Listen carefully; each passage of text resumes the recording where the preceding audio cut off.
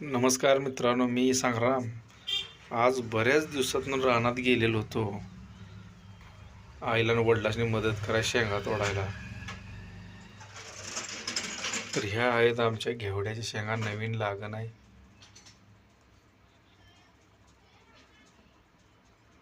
आत्ता ज्याला फुलं शेंगा चांगल्या लागायला लागल्या. आज एक 2 पोती शेंगा काढले त्या.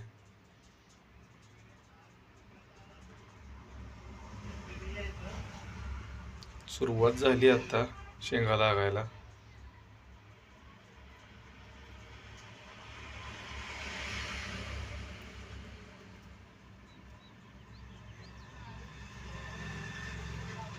त्यात हरभरा पण आहे बरं का, काढायला आहे.